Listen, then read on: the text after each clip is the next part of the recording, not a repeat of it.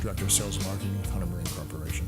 We are proud at Hunter Marine to be the largest sailboat manufacturer in North America. We've evolved from a coastal cruising boat to a truly ocean sailing vessel that is now made in 3 plants across the world, the newest being in England. I think it's our entire team that we have together that makes a difference at Hunter Marine. The differences on the production floor as well as in the engineering and design. We feel that part of our difference has been the certification levels that we've been striving to achieve, which we have successfully done. The NMMA, National Marine Manufacturers Association, we give them the certification that they give out to the ABYC standards. Also have received the Community of Europe, the CE certification, that has set us apart from many, many manufacturers in North America. So we feel very, very proud of that.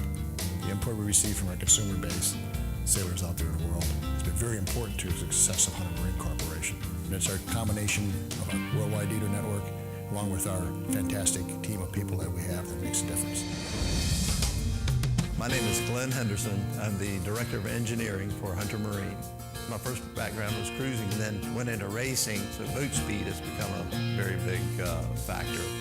And combining that with cruising experience, both of them require as much stability as you can put in these types of boats. And it makes a boat that doesn't heel as much. The mast and spar design, you go through a lot of effort there to reduce weight, and which is one of the things with the B&R rig, and being a fractional rig helps us do that. They're easier to tack because the head sails are smaller.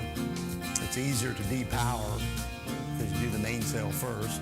If you do roll up the head sail, it's much less distorted because it's a smaller sail to begin with. Visibility is generally better because the sail is further forward. You can see around the sail. And I would say those are the main components, and all are very, very worthwhile. We've learned how to design a hull shape that increases stability, yet does not increase an excess amount of drag in any one condition. So you end up with a boat that performs in all conditions, which is what you want in an offshore cruising boat.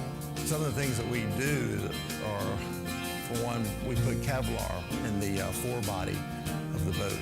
And what that does is if you hit something offshore, it will minimize the damage. I feel very comfortable knowing the people are out there in good boats.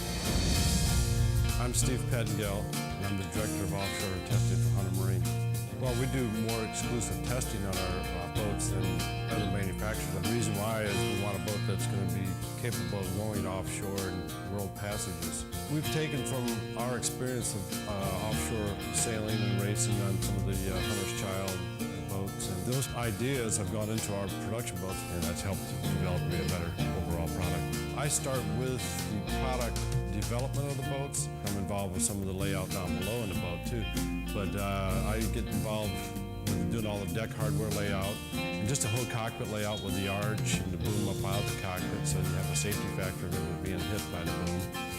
And we continue to develop the whole cockpit area and things like that. We take the boat, and after it's commissioned, I take it offshore testing for about 3 to 4 weeks, depends on the size boat, to beat it up. Basically, I'm trying to find the weak points if there are any in a boat, and report it on a daily basis back to our engineering and R&D department. I think that our product is far superior than other manufacturers because we are testing to the limits, and we're also doing long passages with them. Hi, I'm Mike Harker. We've logged over 20,000 miles on 146, crossing the Atlantic into the Mediterranean, where we filmed a 6-episode television series. We recrossed the Atlantic into the Caribbean and spent the winter cruising the Caribbean islands. Passed through the Panama Canal into the South Pacific, where we cruised through French Polynesia. And we're waiting now in Hawaii to cross the North Pacific into San Francisco. Sailing Wanderlust on the oceans of the world has brought us a variety of weather conditions. The 146 has brought us through safely and comfortably. The B&R rig is in its simplicity a joy to sail, even short-handed. Many people believe a heavy displacement hull is needed for offshore passage making, but my Hunter has blown by many of them and given me a feeling of security and comfort. Hi, my name is Bob Everhard. I'm General Manager of Florida Yacht Charters and Sales, and we've been selling and chartering Hunter sailboats for over 25 years in South Florida, the Florida Keys, and the Bahamas. And the Hunter product is held up very well in the tropical conditions and also the rigors of charter boat operations. We find that it allows us to have a very safe, reliable experience for our charters, and most of all, they find them fun to sail. The reason that we like using the Hunter product is that the sails are easy to set and to trim. Also, it's a very stable platform, so it's easy for the students to learn. They're not getting jostled around. The cockpit is very large, so there's plenty of room for our students and for the instructor. But most of all, our students find that the boats are very maneuverable and easy to sail, which translates to having no fear factor and them having a good time out there on the water. When our charter guests come down for their vacation, it's very important that they have a safe, reliable boat for that quality time that they're going to have out there in the water.